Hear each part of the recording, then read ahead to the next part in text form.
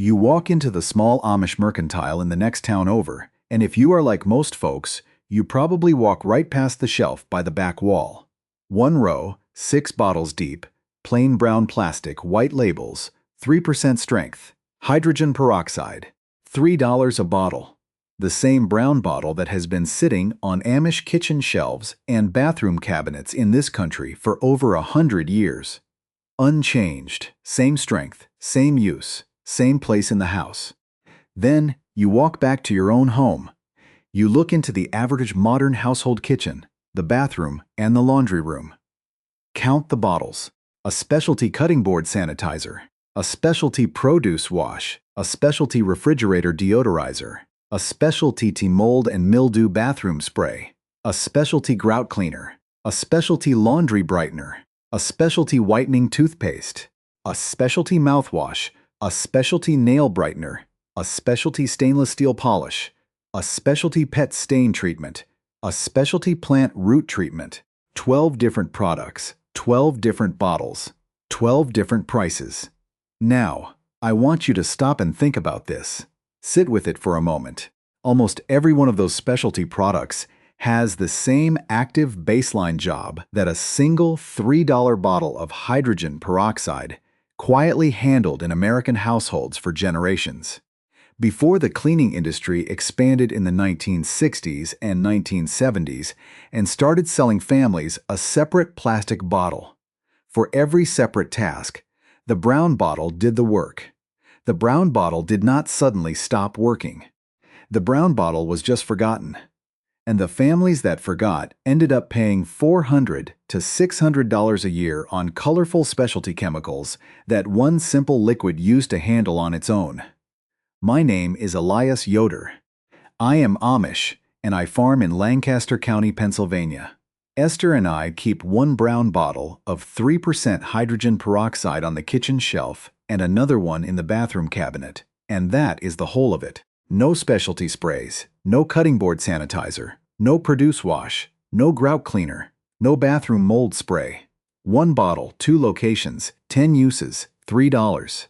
The way our mothers and grandmothers kept the household for generations.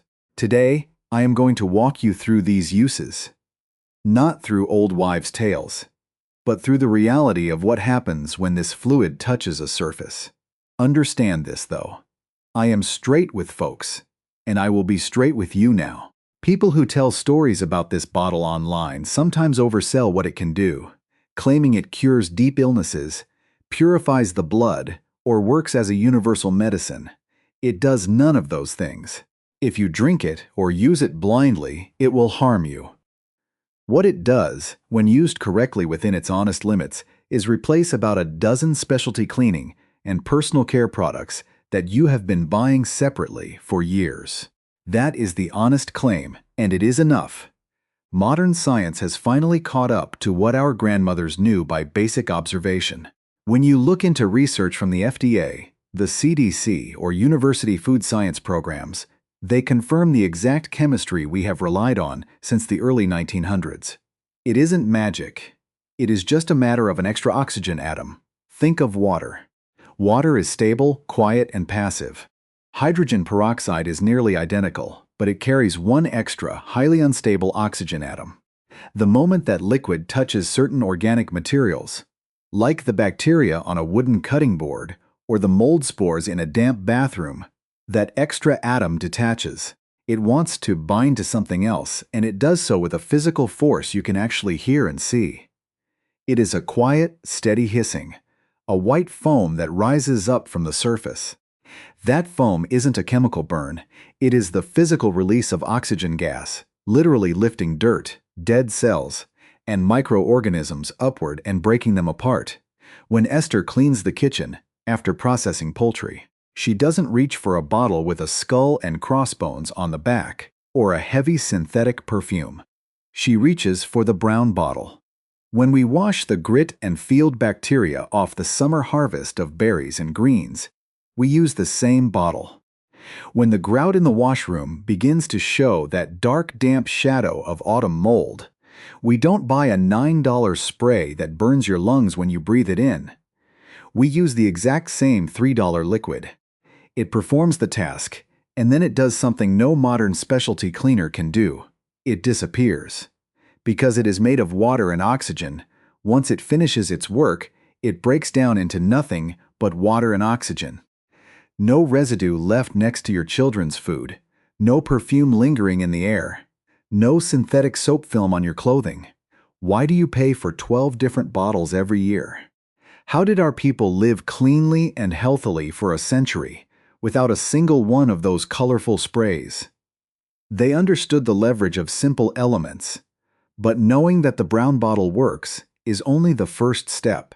To actually stop wasting money and start using it safely in your own home, you have to understand the specific measurements, the timing, and the physical reactions for each individual task. If you use it wrong on a wound, you can slow down your body's healing.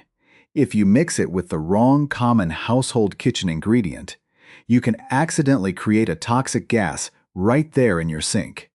You need to know exactly how it behaves on wood versus plastic, how it interacts with the soil in a struggling houseplant, and how to dilute it so it cleans your teeth without damaging your gums. Let us move over to the kitchen sink, where the daily work actually happens. I want to show you the very first use, the one that protects your family from the invisible bacteria left behind on your dinner table, and exactly how the foaming action behaves when it meets an old wooden surface. We begin here at the kitchen counter with the cutting board. This is where the old knowledge meets the daily routine. After you cut raw chicken or beef, your eye tells you the board is clean once the soap and hot water wash away the visible juices. But inside the deep microscopic knife scars in the wood or plastic, the bacteria remain. Take your brown bottle of 3% hydrogen peroxide. For this task, you do not dilute it. Pour it directly into a clean, opaque spray bottle.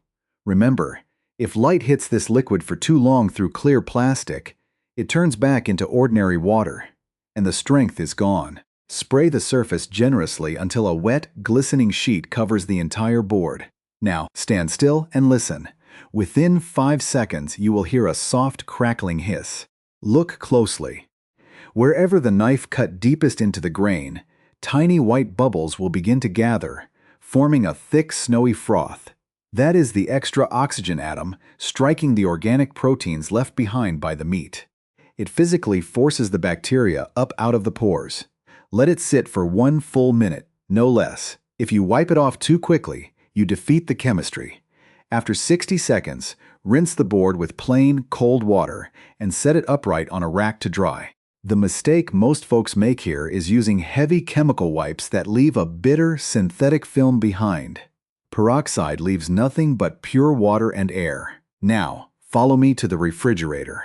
Food drops into the folds of the gray rubber door gaskets, creating a damp, dark home for invisible mold. If you use bleach here, you commit a common error. Chlorine dries out the rubber, causing it to stiffen, crack, and leak your cold air within a single season. Instead, spray the 3% peroxide straight onto the rubber tracks. Let it sit for 5 minutes. You will see it work into the deep corners where a cloth cannot reach, bubbling softly as it meets the hidden residues. Wipe it clean with a damp, white cotton cloth. You will notice there is no harsh smell, no chemical odor to taint your milk or butter. It smells only of clean water and the crisp scent of fresh oxygen. Let us cross over to the bathroom tile. Grout is porous, like a hard sponge, and mold doesn't just sit on top. It digs roots deep inside. Modern specialty sprays use heavy bleach to turn the mold white, masking the problem while the roots stay alive. To truly draw it out, mix a thick paste in a small stoneware crock. 3 tablespoons of 3% hydrogen peroxide to 1 tablespoon of ordinary baking soda. Stir it slowly. It will form a dense, cold, white paste with the consistency of thick, wet sand.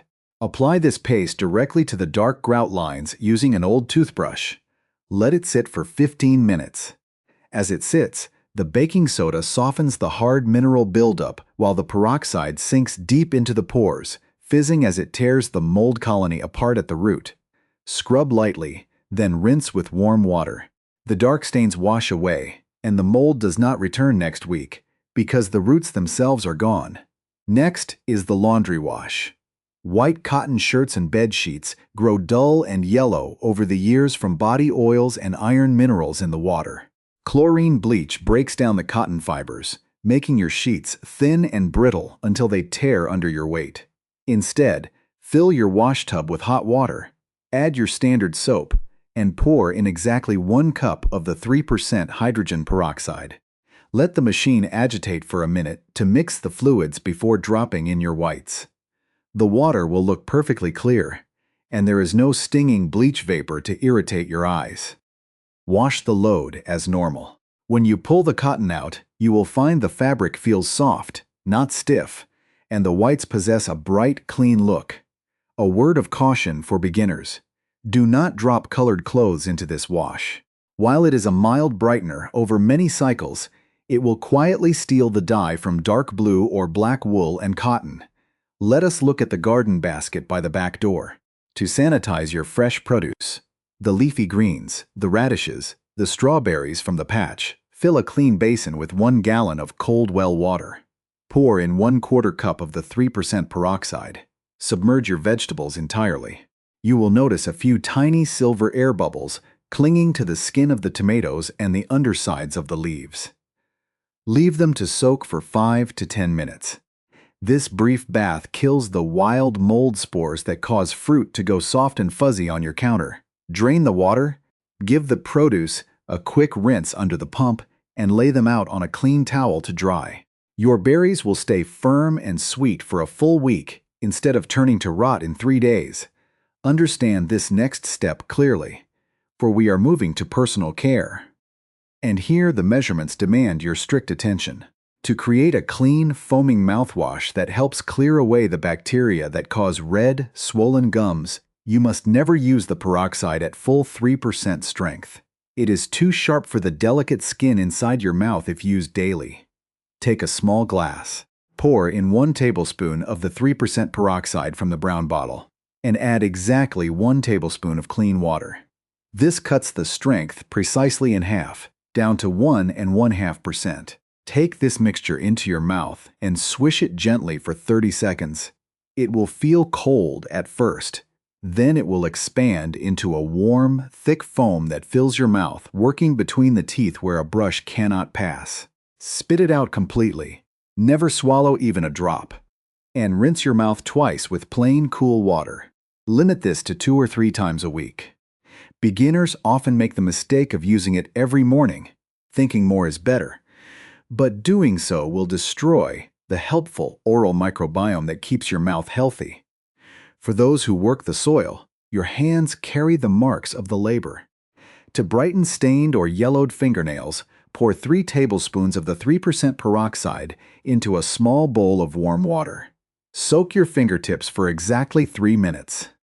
The water will feel soothing, and you will see tiny bubbles forming beneath the nail rim. Dry your hands and rub a drop of lard or olive oil into the cuticles to keep the skin from whitening or drying out. Do not perform this soak if you have open cuts or raw skin around your nails, or it will sting with a sharp, white-hot bite. Finally, we look at the life of the plants themselves. When a potted houseplant starts to droop and yellow from overwatering, the roots are suffocating in stagnant water, and fungal root rot is setting in. Mix 1 tablespoon of 3% peroxide into 1 cup of clean water. Pour this solution directly onto the soil at the base of the plant. As the liquid sinks into the dark earth, you will hear a distinct muffled fizzing beneath the soil line. The peroxide is breaking down instantly, releasing pure oxygen directly to the drowning roots and killing the surface fungus on contact. Perform this only once every 3 weeks. Give the soil time to rest. For your spring seeds, mix 1 teaspoon of the peroxide into a cup of warm water and drop your heavy seeds, like corn or beans, into the liquid for 30 minutes before planting. The solution softens the tough outer shell and breathes life into the tiny embryo inside, forcing the green shoots to break through the soil days ahead of schedule. Every one of these steps requires nothing more than the contents of that single brown bottle and the patience to measure it correctly. The tools are already in your cupboard. The chemistry is waiting. Now that you know how to apply this liquid with your hands, I want you to stop and understand exactly what is happening under the surface. This is where we separate the old-time common sense from modern marketing fiction. To understand why a $3 bottle can replace a shelf full of colorful plastic spray bottles, we have to look at the invisible architecture of the fluid itself. As I mentioned before, the secret lies in a single, restless atom. Let us use a simple analogy that anyone who has ever handled a team of horses or a pair of energetic dogs will understand. A molecule of pure water is like a pair of old, settled farm horses. They are bonded, they are stable, and they have no desire to break apart or run off. They can sit in a wooden bucket for months, and nothing will change. But a molecule of hydrogen peroxide is different. It is like hitching a third, wild, untrained colt to that steady pair. That third atom of oxygen does not want to be there. It is held by a very weak chemical tether, waiting for the slightest excuse to break free and sprint away. The moment this liquid touches organic material, whether that is a bacterial cell on a cutting board, a mold spore in the bathroom grout, or the dark juice of a crushed berry, that wild third atom snaps its tether. It flies off in a process scientists call oxidation. When that single oxygen atom hits a bacterium, it doesn't just poison it like a synthetic pesticide would. It acts like a physical microscopic hammer. It strikes the outer wall of the cell, ripping its protective membrane open and tearing its internal mechanics apart. The thick white froth you see rising up from the surface isn't a chemical reaction created by the peroxide alone. It is actually the physical debris of that collision.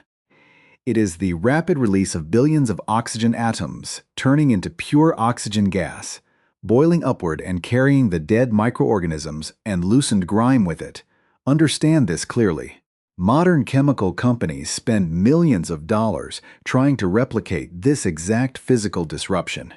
They mix complex formulas, add synthetic thickening agents, and pour in artificial fragrances to make you feel like you are buying something advanced. But the baseline work, the heavy lifting, is still being done by that same fundamental process of oxidation. The plain brown bottle doesn't need a marketing department because it relies on the basic laws of the Earth's elements. However, a master practitioner must be entirely honest about the boundaries of his tools. Every method has its sharp limits, and if anyone tells you that hydrogen peroxide is a flawless universal cure-all for every household problem, they are selling you a story that isn't true. Let us lay out the honest limits plainly, so you do not ruin your property or cause harm to your household. First, understand the limitations of material. While peroxide is a magnificent tool for hard, non-porous surfaces like porcelain sinks, stainless steel counters, and sealed plastics, it is a poor choice for certain metals. Because it relies on raw oxygen, it accelerates the process of rusting. If you spray 3% peroxide onto bare iron, cast iron cookware, or cheap carbon steel knives and leave it to sit, you will find a layer of reddish-brown rust forming within an hour. It will aggressively tarnish copper and brass, turning those warm metals dull and dark. Second, consider the limit of organic matter. Peroxide is highly effective against surface bacteria and surface mold, but it is not a deep-penetrating preservative. Take wood, for instance. It works beautifully to sanitize the superficial surface of a maple cutting board because the wood grain is tight, and we wash it off after 60 seconds. But if you have a thick, heavy beam of structural timber in a damp basement that is deeply rotted with structural wood-boring fungi, spraying 3% peroxide on the outside will do almost nothing. The liquid will react instantly with the very outer layer of mold, exhaust its extra oxygen atoms in a superficial flurry of foam, and turn back into plain water before it can sink into the heart of the wood. In that case, the water left behind actually feeds the deep rot instead of curing it. For deep timber mold, old-fashioned borate salts work where peroxide fails. Third, we must speak of the limits of time and storage. This is a common pitfall that catches many beginners. Unlike chlorine bleach or synthetic detergents, which can sit in a clear plastic bottle under a hot window for a year without losing their chemical bite. Hydrogen peroxide is incredibly fragile. Light is its great enemy. The energy in ordinary daylight is enough to snap that weak chemical tether I spoke of. If you pour your peroxide into a clear glass spray bottle because it looks nice on your kitchen counter, the daylight will quietly break down the fluid within 2 or 3 weeks. You will look at the bottle, it will look perfectly clear, but when you spray it on a surface, there will be no hiss, no foam, and no cleaning power. You are spraying nothing but expensive water. It must live in the dark. Finally, understand its absolute limitations on the human body. Because the physical action of peroxide destroys cell walls without discriminating between a harmful bacterium and a healthy human cell, it is an aggressive tool. When you pour it on a fresh scrape and watch it bubble, it is lifting the dirt. But it is also killing the delicate, newly exposed skin cells that your body is trying to use to knit the wound back together. If you continue to apply it day after day, you will dry out the wound, create a deeper scab, and significantly delay your own healing. It is a tool for the first hour, and never again. The old folks didn't have microscopes to see the cell walls breaking, but they had eyes to see the rust on the iron and the slow healing of a mistreated cut. They found the boundary lines through generations of quiet observation. One bottle can do the work of 12, but only if the hand that holds it possesses the discipline to respect its limits. That is the reality of true self-sufficiency.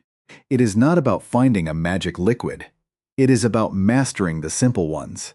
To truly understand how we arrived at this moment, with a dozen colorful plastic bottles crowding the shelves of the modern home, we have to look back to where this simple chemistry began. This is not a story of folk superstition or rural myth. The brown bottle has a long, documented history that spans across the battlefields of Europe, the early laboratories of the 19th century, and the quiet farmhouses of our ancestors. The substance itself was first isolated in the year 1818 by a French chemist named Louis-Jacques Thénard. He called it oxygenated water, a name that perfectly describes its true nature. For the first several decades, it remained a laboratory curiosity because it was difficult to stabilize. But by the late 1800s, as doctors and scientists began to understand that invisible germs were the true cause of infections and food spoilage, they searched desperately for a substance that could kill these pathogens without poisoning the patient or leaving behind a toxic trail. During the American Civil War, and later on the vast battlefields of the First World War, field surgeons faced a terrible shortage of complex antiseptics. They turned to simple hydrogen peroxide solutions to cleanse deep tissue wounds and sanitize surgical instruments under the most primitive conditions. Military medical bulletins from those eras document how this simple fluid saved thousands of limbs from gangrene by physically lifting the battlefield grime out of torn flesh through its natural oxygenating foam. By the early 1900s, production methods stabilized, and the plain brown bottle found its way into the small-town pharmacies and mercantile shops across North America. It became an immediate staple in Amish communities and rural farmsteads. Our grandparents did not have access to electricity, modern refrigeration, or commercial grocery store aisles filled with specialty chemical sprays. They had to rely on things that were multi-purpose, inexpensive, and entirely reliable. A bottle that could treat a horse's scratched hock in the morning, sanitize the wooden butter churn at noon, and brighten the family's white Sunday shirts in the evening was not just a convenience. It was a necessity for survival. As the mid-century arrived, however, a massive shift occurred in American culture. The post-war industrial boom of the 1950s and 1960s saw the birth of the modern commercial cleaning industry. Large corporations realized there was very little profit to be made in selling a single, unpatentable $3 compound that lasted a family half a year. To grow their businesses, they began to isolate individual household tasks. They took basic chemical properties, added unique blue and green dyes, masked them with heavy artificial perfumes, and gave them highly specific names. They launched massive advertising campaigns designed to make the traditional housewife feel that her grandmother's methods were outdated, dirty, and unsafe. They created the illusion of complexity so they could charge a premium for a dozen different bottles. But while the marketing changed, the laws of nature did not. In the decades since that commercial explosion, independent scientific institutions have quietly confirmed the validity of the old ways. If you look at the official regulations of the United States Food and Drug Administration, hydrogen peroxide is explicitly placed on the generally recognized as safe list for food contact surfaces. The Centers for Disease Control and Prevention maintains public guidelines detailing how a 3% solution of peroxide effectively inactivates common household viruses, bacteria, and stubborn fungal spores within minutes. Peer-reviewed studies from university food science programs and dental research clinics continually publish data, proving that this simple compound performs its tasks just as effectively, and often more safely, than its heavily marketed, expensive counterparts. The modern world has spent 50 years trying to convince you that self-sufficiency is a complicated, expensive lifestyle that requires specialized gear and chemical expertise. They have taught you to depend on a vast network of manufacturing plants, plastic suppliers, and brand names just to keep your kitchen counter clean or your whites bright. But the truth is far simpler. Understand this. True independence does not come from buying more things. It comes from needing fewer things. It comes from looking at a problem in your home and realizing that the Earth's basic elements, handled with a bit of inherited knowledge and respect, are already completely sufficient to meet your needs. I want you to take this knowledge out of the realm of theory and bring it into your actual daily life. This very week, I challenge you to open the cabinets under your kitchen sink, inside your bathroom, and out in your laundry room. Pull out every single specialty bottle you have purchased over the last year. Look at the total amount of money sitting on those shelves in the form of colorful plastics and synthetic scents. Then, make a simple trip to the local drugstore or mercantile. Spend $3 on a plain dark brown bottle of 3% hydrogen peroxide. Bring it home, keep it in its original container to protect it from the light, and choose just one task we talked about today. Start with your wooden cutting board after dinner, or mix a small batch of the baking soda paste to clear the shadow of mold from your bathroom grout. Watch the white foam rise. Listen to the quiet hissing of the oxygen doing its physical work. Once you see it work with your own eyes, you will realize that you do not need to go back to the store for that specific specialty spray ever again.